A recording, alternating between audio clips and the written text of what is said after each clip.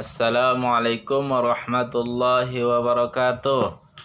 Alhamdulillahi rabbil alamin wahdahu wassalatu wassalamu ala ashrafil anbiya'i wal mursalin wa ala alihi wa sahbihi ajma'in. Alhamdulillah, pada siang hari yang berbahagia ini kita masih diberikan kesehatan dan kesempatan oleh Allah Ta'ala sehingga kita masih bisa ikut berpartisipasi dalam melaksanakan perkuliahan walaupun dalam keadaan daring. Salam hormat saya untuk Ibunda Dr. Dewi Ratnasari MAG selaku Sekretaris Prodi Magister Pendidikan Agama Islam dan pengampu mata kuliah kita studi Al-Quran. Oke kawan-kawan, di sini saya akan membahas makalah saya yang berjudul Kisah Al-Quran dalam Perspektif Pendidikan Islam. Pertama, kita membahas tentang pengertian kisah dahulu. Kisah ini berasal dari bahasa Arab, yaitu qasas, yang asal katanya atau jamak dari kata kisos, yang berarti kisah atau cerita. Hal ini senada dengan firman Allah Ta'ala, Bismillahirrahmanirrahim, Qala dzalika ma kunna nabagi fartaddan ala atharihima qasasan, yang artinya dia Musa berkata, itulah tempat yang kita cari, lalu keduanya kembali mengikuti jejak mereka yang semula. Adapun ayat Al-Quran yang menjelaskan yang lain, yaitu Bismillahirrahmanirrahim, laqad kana fi qasasihim ibaratul liulil albab ma kana hadisan yuftara walakin tasdiqal ladzi baina yadayhi wa tafsila kulli syai'in wa hudaw wa rahmatan liqaumi yu'minun, yang artinya sesungguhnya pada kisah-kisah mereka terdapat pengajaran bagi orang-orang yang mempunyai akal. Al-Quran bukanlah cerita yang dibuat-buat, akan tetapi membenarkan kitab-kitab yang terdahulu dan menjelaskan segala sesuatu sebagai petunjuk dan rahmat bagi kaum yang beriman. Sedangkan menurut istilah kisah Al-Quran atau kisah-kisah yang terdapat dalam Al-Quran ialah pemberitaan Al-Quran tentang hal ihwal umat yang lalu, kenabian yang terdahulu, peristiwa-peristiwa yang telah terjadi, dan Al-Quran juga banyak mengandung kejadian masa lalu, sejarah berbagai bangsa, negeri, dan peninggalan atau jejak setiap umat. Ia menceritakan semua keadaan mereka dengan cara yang menarik dan mempesona. Bagian yang kedua ialah macam-macam kisah dalam Al-Quran. Kisah dalam Al-Quran memiliki berbagai macam kategori. Di antaranya ialah menceritakan para nabi dan umat yang terdahulu, mengisahkan berbagai macam peristiwa dan keadaan masa lampau, masa kini ataupun masa yang akan datang. Pembagian kisah ini dibagi menjadi dua kategori. Yang pertama ialah ditinjau dari segi waktu. Dari segi waktu ialah waktu terjadinya peristiwa tersebut diceritakan dalam Al-Quran. Ini dibagi menjadi tiga macam. Yang pertama kisah gaib pada masa yang lalu. Yang kedua kisah gaib pada masa kini. Dan yang ketiga ialah kisah gaib pada masa yang akan datang. Bagian yang kedua ditinjau dari segi materi.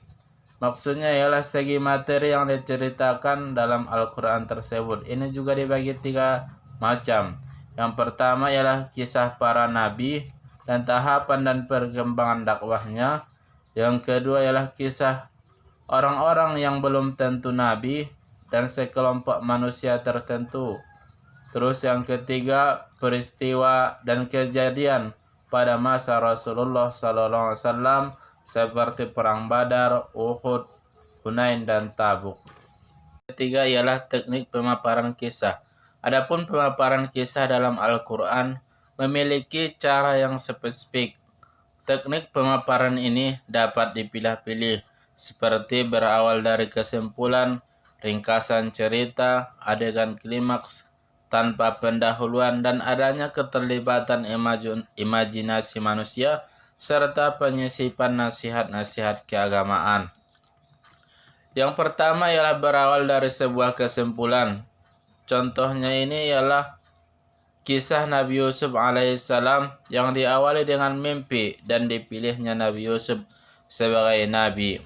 Dan yang kedua berawal dari sebuah ringkasan kisah. Contohnya ini ialah kisahnya Ashabul Kahfi. Sedangkan yang ketiga ialah berawal dari sebuah adegan yang paling penting. Ini kisahnya Nabi Musa alaihissalam dalam melawan Fir'aun laknatullah alaih. Untuk yang selanjutnya ialah tanpa pendahuluan. Ini pada umumnya digunakan dalam berbagai kisah-kisah dalam Al-Quran, seperti yang terdapat dalam surah Al-Fil ayat 1-5.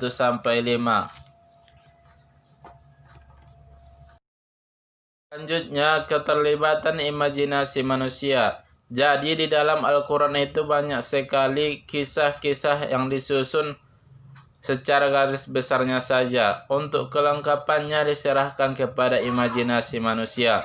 Seperti ayat Al-Quran, وَإِذْ يَرْفَعُ إِبْرَاهِيمُ الْقَوَاعِدَ مِنَ الْبَيْتِ وَإِسْمَاعِيلُ رَبَّنَا تَقَبَّلْ مِنَّا innaka antas sami'ul alim. Pada kalimat wa idh yarfa'u Ibrahimul qawa'ida minal baiti wa Ismail, dalam imajinasi orang yang membaca ayat tersebut tergambar dua tokoh, yaitu Ibrahim dan Ismail, dan backgroundnya mereka berdua ialah Ka'bah. Selanjutnya, penyisipan nasihat keagamaan. Jadi di dalam Al-Quran itu banyak sekali pemaparan yang disisipi nasihat keagamaan di dalamnya.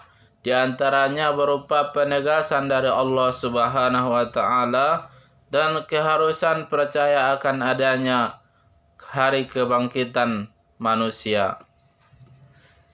Salah satu contohnya ialah dalam surah Thaha ayat 20, di mana di tengah-tengah surah tersebut Allah menyisipkan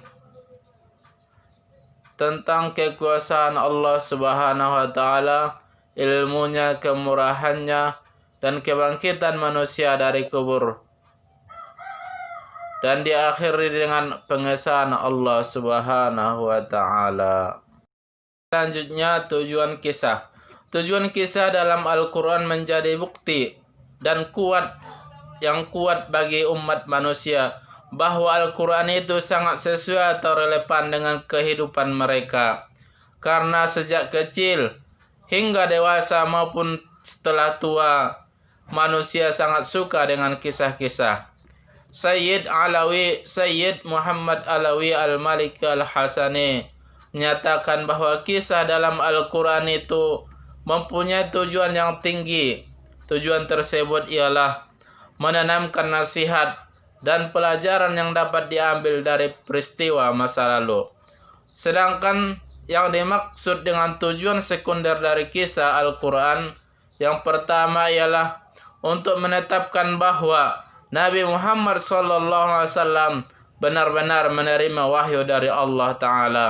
Yang kedua, sebagai pelajaran bagi umat manusia dalam kehidupannya dan mengarungi kehidupan ini. Yang ketiga, membuat jiwa Rasulullah Muhammad SAW tenteram dan tegar dalam berdakwah menghadapi kaum musyrikin atau menghadapi cobaan-cobaan yang diberikan oleh Allah Ta'ala. Yang keempat, mengkritik para ahli kitab terhadap berbagai keterangan yang mereka sembunyikan tentang kebenaran Nabi Muhammad SAW. Sedangkan yang terakhir, menanamkan pendidikan akhlakul karimah dan mengaplikasikannya dalam kehidupan sehari-hari. Karakteristik kisah-kisah dalam Al-Quran. Kisah dalam Al-Quran itu memiliki karakteristik tersendiri dan berbeda dengan cerita dan dongeng-dongeng pada umumnya. Karakteristik tersebut ialah yang pertama, gaya bahasanya yang indah, mempesona dan sederhana sehingga mudah dipahami dan mengandung rasa penasaran bagi para pembacanya. Yang kedua, materinya bersifat universal sesuai dengan sejarah perkembangan kehidupan manusia. Yang ketiga, materinya hidup, aktual, mampu menerangi jalan manusia menuju masa depan yang cemerlang.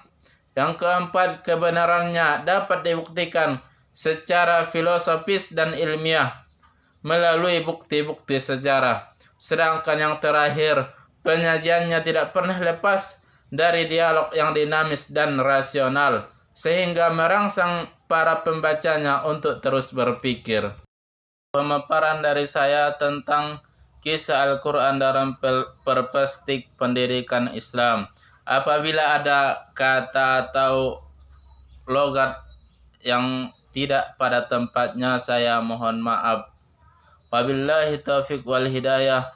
Wassalamualaikum warahmatullahi wabarakatuh.